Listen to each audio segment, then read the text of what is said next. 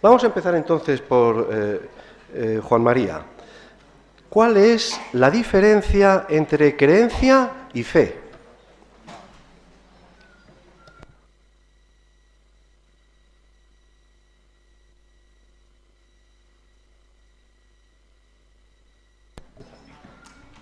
La diferencia entre creencia y fe. La mejor definición de la fe la tenemos en el capítulo 11 de la Carta a los Hebreos. Dice así: la fe es la sustancia de las cosas que esperamos y la garantía de ellas. Sustancia, lo que está debajo, no se ve. Substare, está debajo de las cosas que esperamos, no las tenemos, estamos en peregrinación hacia allá. Por tanto, esa sustancia está fuera del tiempo, está por encima del tiempo, pervive durante nuestra propia instancia, no evoluciona, es una realidad estable, profunda. Como somos hombres históricos y vivimos en una iglesia, la iglesia va expresando poco a poco creencias. En el primitivo cristianismo, los primeros cristianos no creían exactamente, no creían como nosotros, en absoluto. No creían que Cristo era Dios, no creían en la Trinidad, no creían que la Eucaristía tuviese dimensión redentiva. Eso se fue haciendo poco a poco en virtud de que el cristianismo se iba introduciendo en las culturas ambientales, sobre todo en la cultura grecorromana. Y la prueba se ve que el cristianismo que evoluciona hacia el este, hacia el mundo semítico, tardó bastante en adquirir todas esas. ¿Y qué pasa después? Que estas formas que son limitaciones de la fe se cristalizan en conceptos.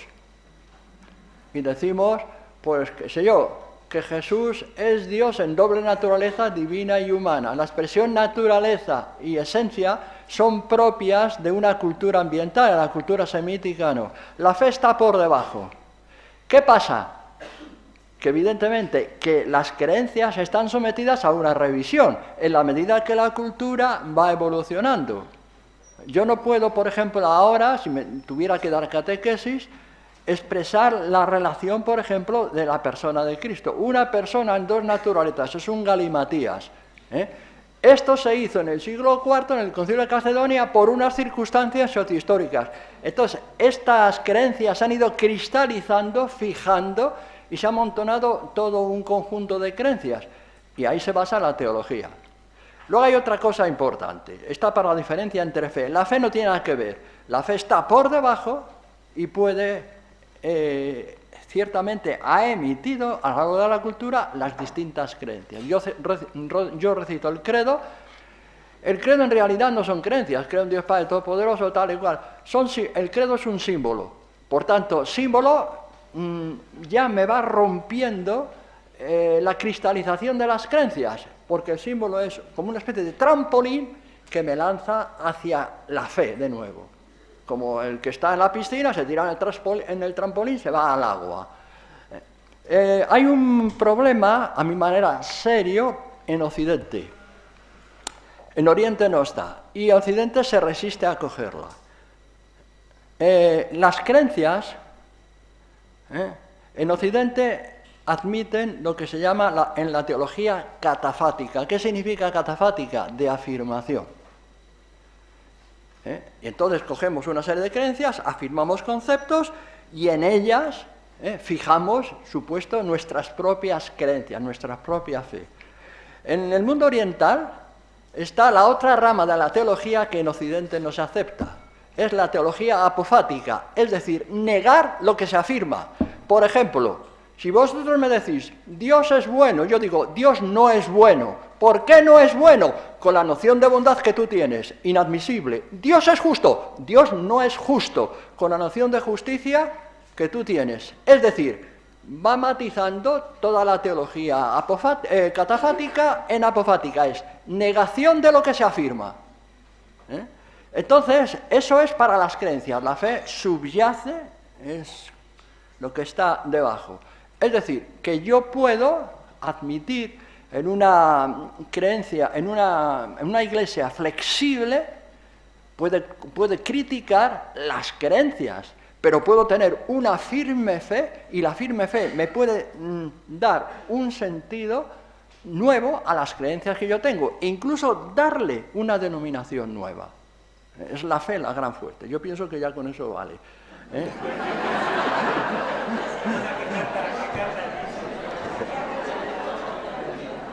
Espera.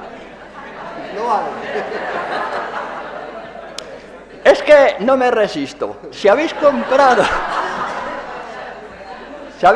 el segundo tomo de la Filocalía, cogéis a Máximo el Confesor, que es bastante difícil, porque es bastante metafísico. Y yo cojo en la introducción una expresión muy curiosa que os lo voy a leer, es breve. Fíjese. Cuando la mente recibe los pensamientos de las cosas, toma naturalmente la forma de cada uno de esos pensamientos. Cuando las contempla espiritualmente, se transforman de diversas maneras según lo que ve. Pero cuando está en Dios, pierde toda figura, pues contemplando al único, llega a ser única y completamente luz. Y aquí podemos encajar lo que es las creencias. Se difuminan totalmente.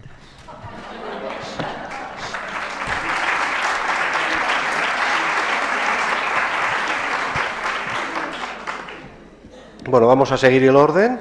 Ricardo Vidal, que le ha gustado mucho esta pregunta. ¿Es impersonal Dios? ¿Funciona mi micrófono? Pues no. ¿Qué pasa con los micros hoy? Jeje, solo funciona el mío. Te quedas todo para ti, ¿eh? Todo para mí. Bueno, a esta pregunta se puede contestar como una respuesta última o se puede responder desde mi nivel personal. Entonces, como una respuesta última, yo diría que Dios es impersonal,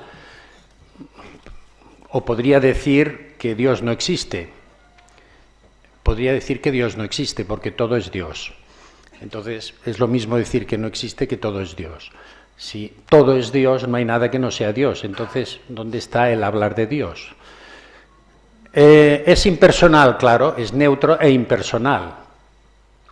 Pero una vez dicho esto, que para mí es la verdad última, a mí me gusta la practicidad del trabajo interior.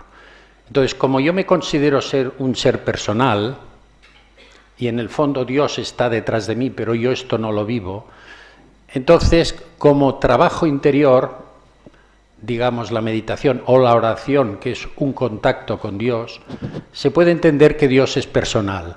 ¿Por qué es personal? Porque yo a vosotros os trato de una forma personal, a una persona que tiene voluntad e inteligencia, voluntad de sentido. Entonces, Dios es el ser último con voluntad, sentido e inteligencia. Y cara a un trabajo interior, dentro de la línea espiritual, existe lo que es la comunicación entre yo, que me creo una persona, y algo superior que intuyo a Dios. Y entonces esto puede establecer una relación personalísima, que es todo un trabajo de oración que me va conduciendo al contacto con Dios. Y ese contacto con Dios, de interrelación entre yo y Dios, ha de llegar a un momento en que desaparezco yo y solamente queda Dios. Y entonces, en este sentido, Dios es personal. Es personal porque es la persona, el ser mejor con el cual yo me puedo comunicar. Es el que mejor me puede entender, es el que mejor me puede ayudar, es el mejor psicólogo que puedo tener, es el mejor, no tengo que hacer ningún papel delante suyo, no tengo que quedar bien, puedo expresarme desde mí mismo a lo que yo soy, con lo cual en la interrelación entre yo y el Dios que yo intuyo se va limpiando todo mi personaje, hasta llegar a la unidad, desde la dualidad hasta la unidad. Y este es el camino de la oración. Entonces, para mí esta es la respuesta, si Dios es impersonal o personal. También puedo intuir que Dios es impersonal, pero entonces en esta intuición me quedo él colgado allí y yo colgado aquí. Mientras yo me considere una persona separado, Dios lo puedo vivir como personal. Y es un trabajo profundísimo ya desde toda la tradición espiritual en esta interrelación, para la interrelación llegar a la comunión y a la unidad. Muy bien, se me ha quedado alguna pregunta en el tintero que luego a lo mejor la hago porque se está hablando mucho de Dios y aquí el Padre no dice nada. O sea que todo es Dios, y a mí me habían enseñado que eso era panteísmo. Todo es Dios, ¿eso no es panteísmo? No. Y aquí todo el mundo dice convertirse en Dios, no sé qué. Y tú no dices nada. Transformarse en Dios. Pero no es panteísmo, porque el panteísmo expresa, o sea, la dimensión del ser absoluto, total, ese es Dios. Y el ser limitado como criatura, ayer hablé del cuerpo, el cuerpo es la limitación del ser, no el cuerpo el cuerpo material, sino el ser limitado somos todos nosotros. Entonces, la dimensión del ser en comunión con Dios es propiamente la energía. Dios nos creó a su imagen y semejanza. Hay que quitar, poco a poco se va haciendo vieja y atávica, la división del hombre como cuerpo y alma. La división más perfecta es la que está en la Biblia. El hombre es barro, muñeco, con una energía que Dios le infunde. Entonces, es la respuesta que iba a decir yo al siguiente. Entonces, 2 en 1. 3 por el precio de 1. Entonces, ¿qué pasa? Que entre el ser esencial y mi propia carne hay una cortina. Y esa cortina impide que el ser sea mi propia vida, mi centro de mi propia vida, porque está la cortina por medio y en la cortina crea mis propias limitaciones, ahí vienen mis apetencias, mis miserias, tal y cual. Hay que quemar la cortina. Cuando quema la cortina, inmediatamente el ser que es luz nos penetra a todos nosotros y nos transformamos en luz. Es decir, seremos Dios, y es una realidad que está en cierto modo expresada en Pablo al final, cuando Dios sea todo en todos. Es decir, a nosotros nos adelantamos esa realidad de todo en todos, aquí y ahora, mediante la fe y la esperanza. Entonces, ¿somos Dios? Pues sí. Como toda la realidad que existe es Dios, porque el ser es el ser de Dios. La única diferencia es que nosotros no somos seres absolutos, sino seres limitados en nuestra propia realidad. Hay un salmo, en el Salmo 81, cuando dice, dioses sois todos, el Salmo 81, y le acusan a Jesús en el momento del pretorio, dice, ¿cómo tú siendo hombre te atreves a decir que eres Dios? Y dice Jesús, ¿no dice el Salmo 81, dioses sois todos? Entonces, esta es la realidad que tiene que surgir en nosotros. Llamemos la fuente de la divinidad. Pero yo iba a añadir otra cosa a lo que ha dicho este.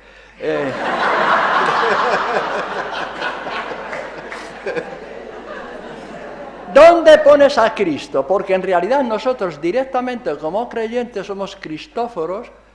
A Dios inmediatamente lo tenemos mediatizado por Cristo. ¿Dónde está Cristo?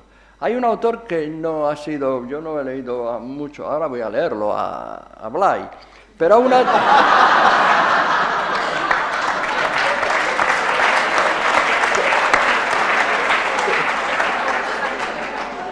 autor que he leído mucho, que es, yo os lo recomiendo en la medida de lo posible, que es un autor alemán, Karl Fritz von Durkheim. Este libro, casi un libro de cabecera, llevo El sonido del silencio. Hay otras obras que tengo en casa, pero este libro, El sonido del silencio. Y luego este otro, Camino de vida, que es una especie de síntesis de su obra. Bueno, pues aquí hay un párrafo que quiero leerlo, para que veáis un poco casi lo que ha dicho Ricardo. a propósito de Cristo, ¿dónde está Cristo y qué es Cristo? Fijaos. Va a poner las gafas que no veo nada. Para aquel que lo ha experimentado, Cristo es una palabra que designa el núcleo del ser, que es interior a él, respecto del cual nunca se ha encontrado en estado de no redención, y cuya toma de conciencia es mi vocación, lo cual se hizo posible por las enseñanzas y vida y muerte de Jesús. Es decir, nosotros tenemos en el núcleo del ser, en vez de en la expresión, como Dios es inasible, es inconcebible, es tal y cual, nosotros tenemos a través de Cristo en el núcleo de nuestro propio ser, de forma más específica, la realidad infinita de Dios. Y en este caso, el Cristo resucitado no es el Jesús histórico, es el Cristo que, diríamos, imagen y semejanza de Dios perfecta, una de las preguntas que hay aquí. Entonces, eso es, Pues muy bien. Vamos a ver, Emilio, ¿cómo transmitir la vivencia del ser sin caer en describir lo que somos desde lo que no somos? Gracias, Carlos. Gracias a la persona que ha planteado la pregunta. Esta mañana compartía en mi intervención que hasta cuándo vamos a seguir en esa inercia de intentar describir lo que somos desde lo que no somos.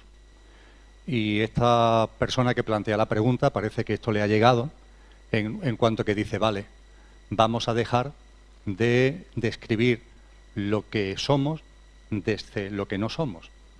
Pero entonces, ¿cómo describimos lo que somos? La respuesta está en los maestros y maestras de todas las épocas. El silencio es muy importante. Yo diría que el silencio es una de las grandes formas de transmisión. El ser humano,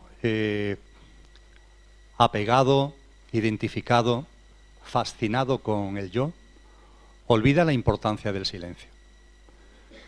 El silencio se manifiesta a través de la presencia. Los sabios, las sabias, los grandes instructores espirituales, posiblemente lo que más han aportado a los que fueron sus contemporáneos, no a nosotros, que nos llega a través de su obra, a través de los libros, etcétera, sino a aquellos que directamente pudieron compartir con ellos, fue a través del silencio, con la presencia, con la sola presencia. Esa presencia del silencio es vibración, esa presencia del silencio llena, esa presencia del silencio abarca. Y el silencio es una forma directa de describir aquello que somos y no hacerlo desde el coche, porque el coche está atado al lenguaje. Se produce la circunstancia harto curiosa de que en cualquier sitio que estemos, da igual que sea una reunión de amigos o en cualquier otro foro, cuando hay un silencio nos sentimos incómodos. Y parece que hay que hablar, y si no se habla, es que aquello no funciona, que hay mal rollo, e incluso se puede entender como una falta de educación. La realidad es que nuestro lenguaje íntimo es el silencio. Los místicos nos han hablado con mucha claridad de esto. Los místicos de todas las corrientes espirituales y, por supuesto, los místicos cristianos. Ese silencio, esa presencia que se produce desde el vacío de la palabra y que nos impregna de un modo que a través de las palabras no se puede conseguir. Hay una segunda forma que a mí me gusta practicarla. También me gusta practicar el silencio, por supuesto, que es la risa. La risa es un instrumento enorme de comunicación. Desde lo que no somos, cuando intentamos describir lo que somos, normalmente, con harta frecuencia, nos convertimos en personas solemnes. La solemnidad es lo que nos llena. La solemnidad es lo que transmitimos. Y nos ponemos muy solemnes a la hora de hablar de cosas que son, por otra parte, muy naturales. Porque el ser lo que somos es lo más natural del mundo, por más que nos pueda parecer difícil. Pues bien, una forma directa es utilizar la risa, la alegría interior, esa felicidad que es nuestro estado natural, que nos embarga cuando esa cortina de la que ha hablado el padre la quitamos de en medio, esa lámina de agua con turbulencia a la que yo hacía referencia esta mañana, la calmamos, lo que nos empapa a partir de ahí es una felicidad íntima, una felicidad encausada, y eso nos permite compartir en la risa, compartir en la alegría de vivir, en la alegría de la vida. Podía continuar, pero el silencio y la risa son las dos primeras respuestas que yo daría a la pregunta que esta persona amablemente ha formulado. Gracias. Muy bien. Es curioso lo de Yo la... añadiría también, el humor es la expresión de la trascendencia. Un humor sosegado, no hace falta que sea risa, un humor sosegado que puede ser pacífico, sereno. Pero yo, la experiencia que tienes las personas, yo lo he achacado a mí mismo. Yo hubiera querido tener más humor, pero un humor de otro tipo. Pero no puedo tener, ¿qué se va a hacer? Ese humor, y lo empleaban mucho los monjes medievales, el humor como la expresión de la trascendencia. Nunca le había oído a un cura decir eso. Bueno, A ti te tengo que corregir lo del clérigo, que eso no me ha gustado.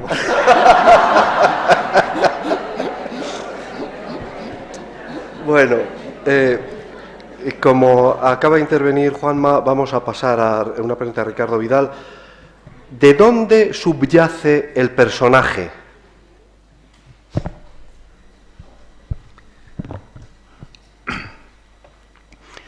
Bueno, subyace de un error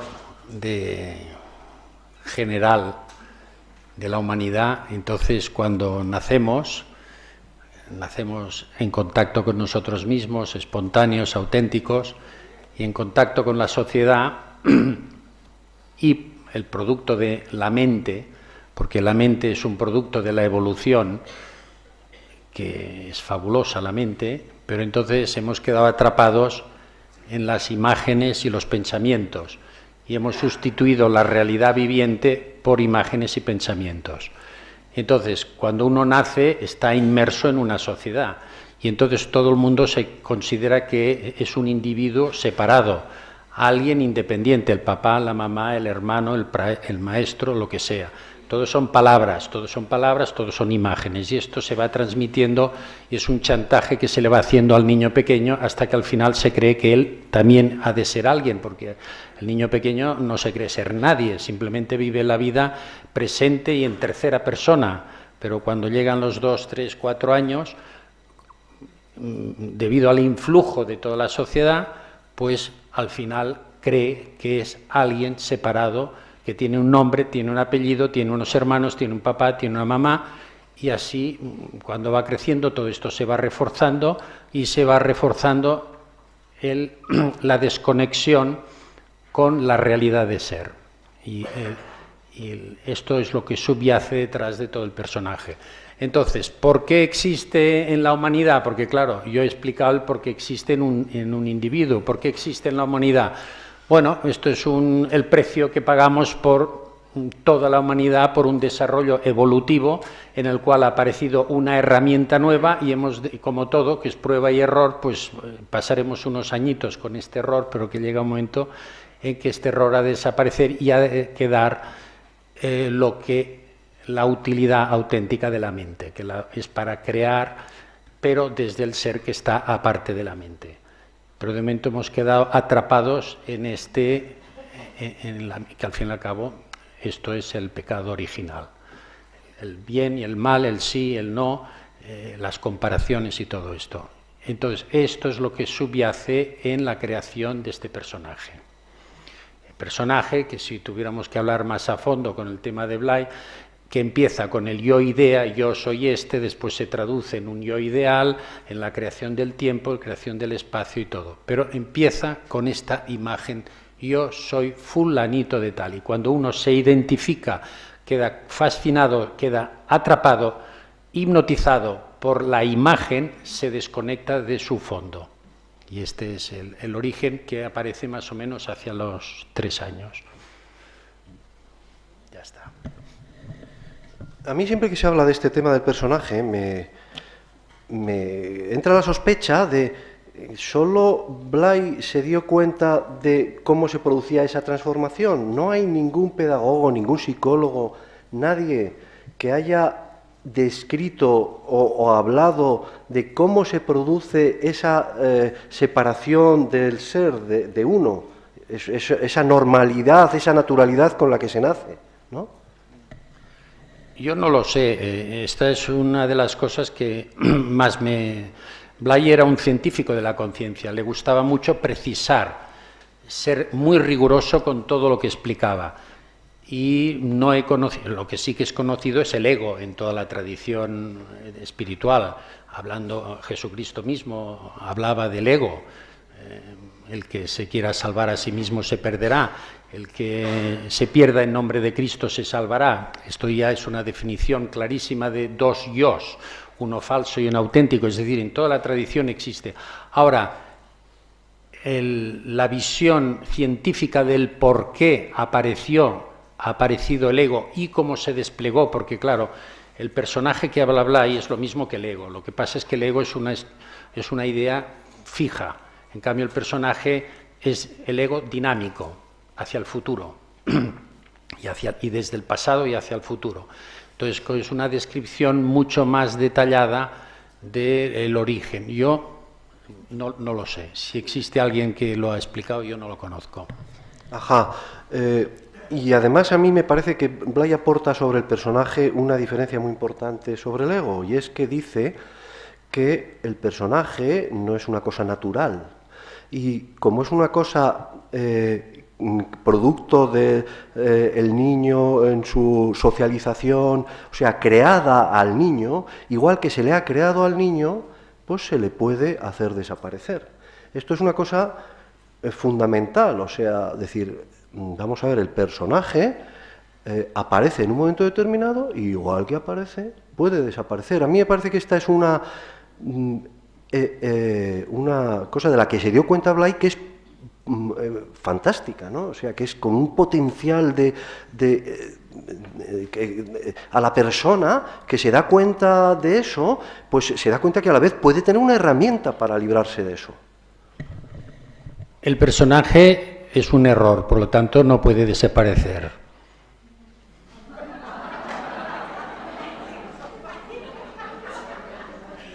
Algo que no existe no puede desaparecer.